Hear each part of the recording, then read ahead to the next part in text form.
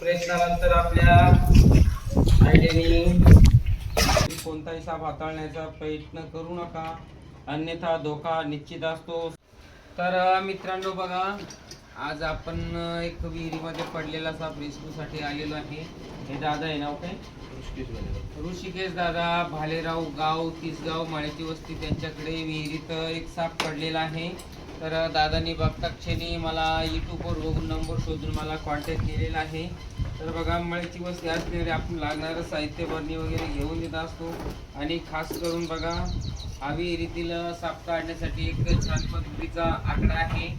तर बघू, आपण स्पॉटवरती जाऊ, तुम्हाला नक्की त्या सापाबद्दल माहिती देऊ. व्हिडिओ नक्की शेवटपर्यंत बघा आणि वेळ भेटल्यास लाईक, शेअर आणि सबस्क्राईब करायला विसरू नका.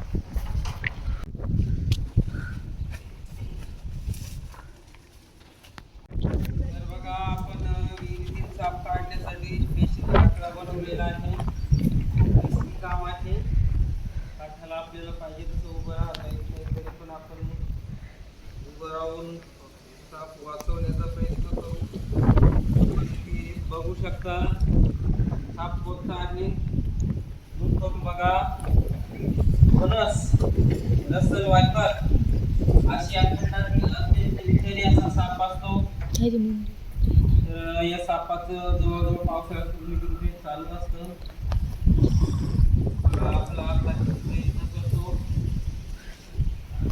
पहिल्यांदा तर तो बाहेर निघून जाणार आहे, कारण आपण पाण्यात असतो. आपण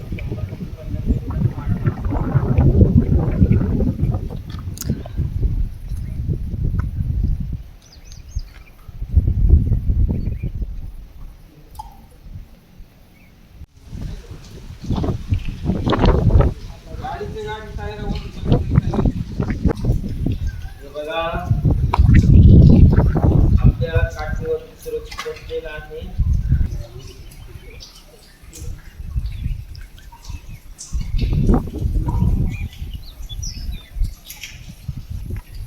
बघा, खूप प्रयत्नानंतर आपल्या आयडियाने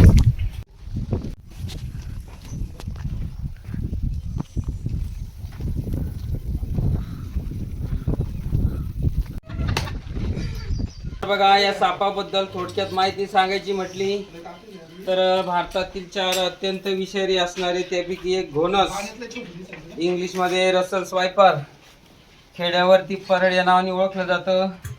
काही ठिकाणी कांबळ्या या नावाने सुद्धा संबोधलं जातं. बघा, वेगवेगळ्या गावांकडे वेगवेगळे नावं असतात या सापाचे. तर या सापाबद्दल एक सांगायचं म्हटलं तर हा साप जो आहे सेकंदाच्या 3ऱ्या हिस्सेत चावून परत येतो. आपले डोळे मिटण्याच्या आत चावून परत येतो.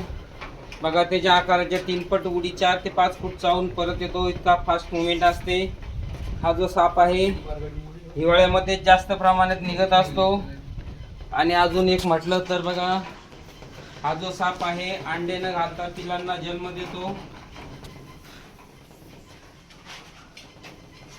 बिना माहिती, बिना प्रशिक्षण, अनुभवाशिवाय विषारी बिनविषारी कोणताही साप हाताळण्याचा प्रयत्न करू नका, अन्यथा धोका निश्चित असतो. साप चावल्यावर आपण जितकं शक्य होईल तितकं जवळच्या हॉस्पिटलमध्ये जाण्याचा प्रयत्न करा. सरकारी हॉस्पिटलमध्ये तिथं अँटीव्हेनम लस भेटते. या सापामध्ये हिमोटॅक्सिक नावाचं विष असतं, जेणेकरून रक्त घोटण्याचं काम करतं किंवा रक्त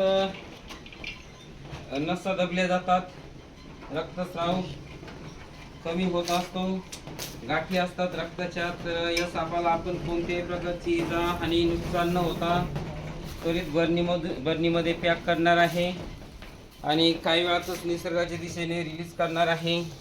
मित्रांनो, साप हा एक विषारी जीव आहे. कोणी बिना माहिती पकडण्याचा प्रयत्न करू नका.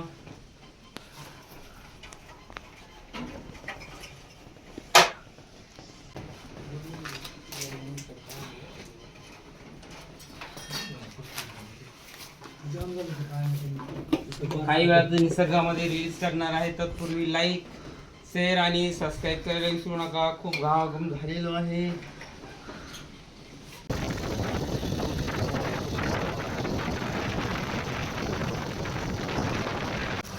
बघा, काही वेळातच आपण विहिरीमध्ये पडलेला घोणस जातीचा साप वाचून निसर्गामध्ये रिलीज केलेला आहे.